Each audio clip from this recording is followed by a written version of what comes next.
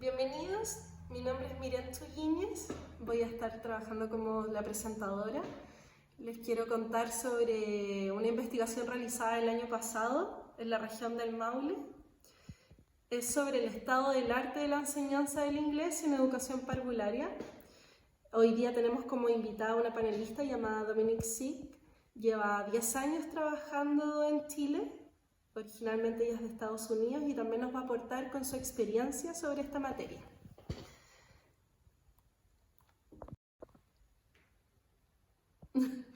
En el marco general, dentro de esta investigación, digo nosotros porque trabajé con una compañera que no está presente ahora, se llama Camila. Trabajamos en función de la poca información que se maneja en el área de cómo enseñar inglés en preescolar. Pero siempre se está comunicando el gran interés que tiene Chile en promover este tipo de habilidades en los colegios, por lo cual nos produce mucha insatisfacción darnos cuenta que según los últimos resultados de CIMSE, que fueron en el 2017, solamente el 54% de los estudiantes logra A1. Y esa medición se hace en tercero medio, pero ese nivel corresponde a sexto básico. Entonces, analizamos a profundidad cuál era el nicho que estaba logrando realmente el nivel de inglés que se requiere en el currículum nacional y solamente lo están logrando los colegios particulares con mayor énfasis. Por esta razón, dado que se maneja poca información al ser el sector privado, se decidió entrevistar 3 colegios de la región del Maule que cumplían con estas características de colegios bilingües, pero enfocados a la lengua inglesa. Entonces, para abordar la enseñanza del inglés en etapas tempranas, se determinó que debíamos indagar sobre las diferentes estrategias para abordar el proceso de enseñanza de la lengua inglesa, basándonos en el contexto de centros educativos particulares con énfasis en la perspectiva y experiencia de las educadoras de párvulo. Seleccionamos entonces uno por la ciudad de Curicó, Linares y Talca. Las preguntas de investigación por las que nos guiamos fueron si en estos establecimientos particulares, por ejemplo, tenían conocimiento de las bases curriculares de educación parvularia o si ellos trabajaban con otro currículum. También estuvimos encuestando si las utilizan para enseñar la lengua inglesa. He sabido que en las bases curriculares del 2018 no está el núcleo de inglés ni la enseñanza de un segundo idioma. A raíz de eso surge esta pregunta: ¿qué metodologías utilizan según el proyecto educativo? ¿Desde qué nivel de preescolar comienzan a incorporar la segunda lengua? ¿Por qué? ¿Por qué parten en ese nivel? ¿Por qué parten en preescolar? Porque nos dimos cuenta que todos los colegios, específicamente estos 3, parten en preescolar enseñando su segundo idioma, y en este caso es el inglés, y que además sus resultados son muy altos dentro del CIMSE, dentro de nuestra región, del Maule. ¿Qué estrategias utilizan para llevar a cabo las experiencias de enseñanza las educadoras de párvulo? Es básicamente cuál es el enfoque que ellas manejan dentro del aula y cuál es la motivación para tener la lengua inglesa en el sello educativo, desde una perspectiva general, desde la visión de la educadora. El objetivo de esta investigación era analizar las diferencias y similitudes existentes en términos de enfoque didáctico-pedagógico y estrategias de enseñanza-aprendizaje de inglés como segunda lengua en establecimientos particulares pagados de la región del Maule en niveles correspondientes, específicamente kinder. La hipótesis: podemos inferir que cada colegio tiene integrado en su sello educativo una metodología diferente para la adquisición del idioma inglés. Estos colegios son distintos, no es que sea una cadena y que esté en Curicó, en Linares y en Talca. Son 3 con similares características. Entonces, bajo esta mirada nos gustaría averiguar cuáles son estas y cómo se adaptan a las necesidades de las estudiantes de la región del Maule. Como metodología, el paradigma de investigación es la característica interpretativo-comprensivo. El enfoque fue cualitativo y esto quiere decir que se utilizó la entrevista como medio de recolección, por lo que el instrumento consistía en un guión de preguntas organizado en 4 dimensiones, orientado a la educadora. Currículum, organización de la enseñanza, proceso de enseñanza y aprendizaje, evaluación para el aprendizaje. Finalmente, como resultados y conclusiones, pudimos concluir que en los colegios que investigamos, mediante las entrevistadas, el enfoque de sus prácticas pedagógicas, encontramos que 2 de ellos mencionan que la mayoría de las asignaturas se imparten en inglés para lograr desarrollar diferentes habilidades, tales como conciencia fonológica, fonética, fluidez, comprensión de texto y vocabulario, mencionando que si nos enfocamos en desarrollar estas habilidades en preescolar, los niños y niñas, ellos adquieren mejor el idioma y empiezan a agudizar el oído al tener contacto directo con el idioma.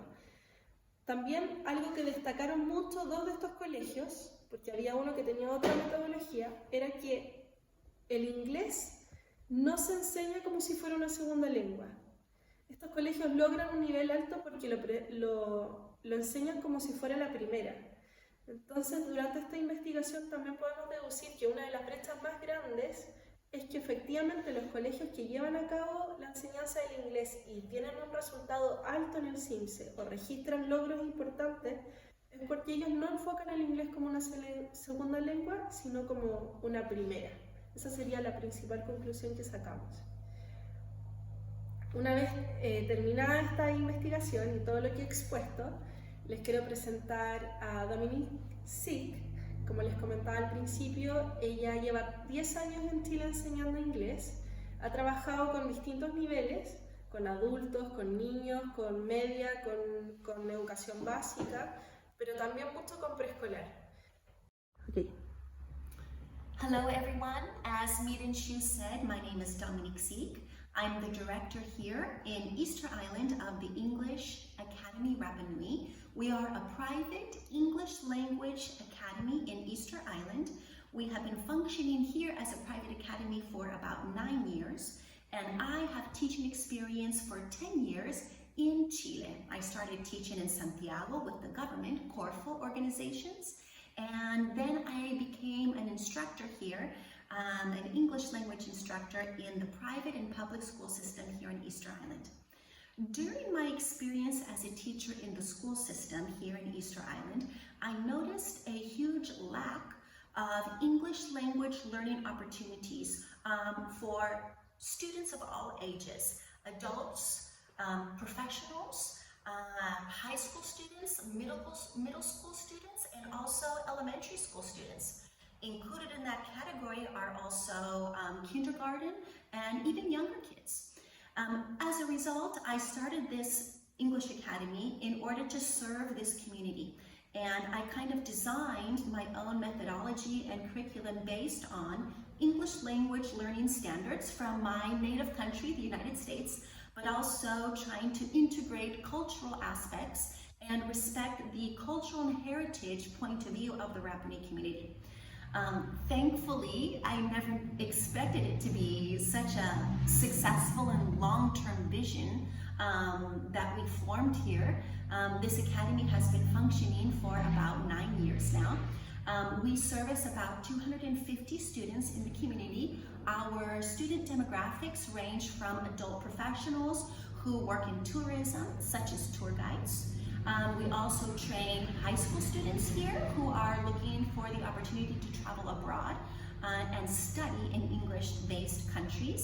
So we do a lot of exam preparations, and our biggest demographic right now in student population has been young learners, specifically elementary and pre-K, K, kindergarten, and first, second, third grade students. As Meet Chu has mentioned, her thesis is specific to English language learning opportunities for preschool children, kindergarten, and pre-K. I have seen in my 9 years here as the director of the English Academy in Rapa Nui that this particular student demographic has been increasing every semester.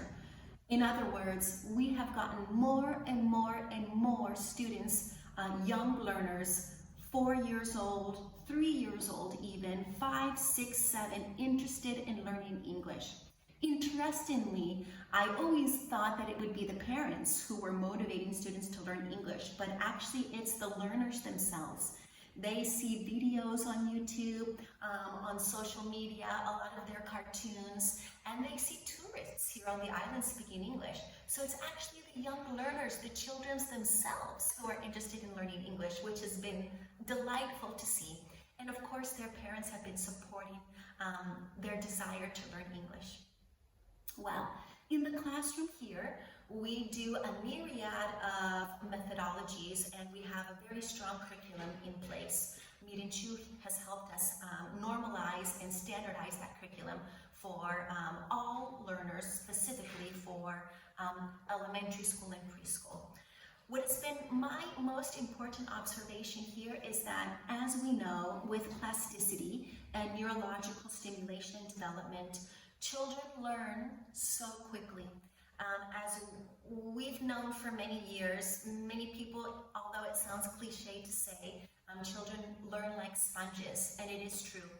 In this particular community, most of our students already speak Rapa Nui. They also speak Spanish, so English is introduced as a third language, sometimes fourth. And we see here an incredible amount of learning capabilities and capacities with English in these learners. So they learn immediately, and it's been incredibly rewarding to see students walk out of here after their class greeting their parents in Rapa Nui or Spanish, but also excited to talk about all of the words that they're learning in English. In fact, last week we had a student who has been with us for about 3 years. He's 5 years old, say to his mother, "Mother, thank you and goodbye," which as a teacher is the most wonderful experience, because you really see that them learning English at a young age is so beneficial for their personality, for their identity, and they get so excited to be able to express themselves in English at home. So in summary, I would say, as the director of the Academy, English language learning in all countries, and I would say especially Chile, needs to be reevaluated. It should be, in my opinion, mandatory in all ages, including our children who are 4, 5, 6 years old, pre-K population. These students have such an ability to adapt to different cultures, learning styles, teachers, that language has to be introduced at an earlier age. They are highly successful in our experience here learning English, regardless if they speak French, Rapa Nui, Spanish, German at home. English is so fundamental today, especially in this globalized world. So I highly support English language learning for students of all ages, and I, as the director here, am very excited that we offer English language learning opportunities, classes, courses for our young learners. And one of the secrets that I will tell you that may have made us successful for teaching English is that we're very creative.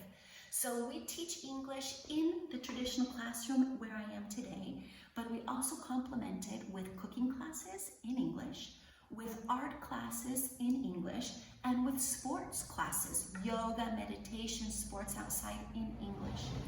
Many of our students are kinetic learners, so having the ability to synthesize and coordinate English language learning in the classroom with content in the kitchen, with content in an art room, and with content in our sports classroom is and has been incredibly successful for young learners.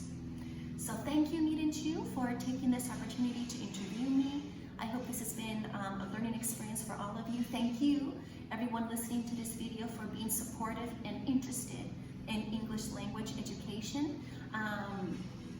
We're here in Easter Island, the English Academy Rapa Nui. I invite you all to explore English language learning to all students, especially young learners. That's the best time where they can perfect their pronunciation, work on their memory, have fun learning. So what we try to work on here is just enjoying learning.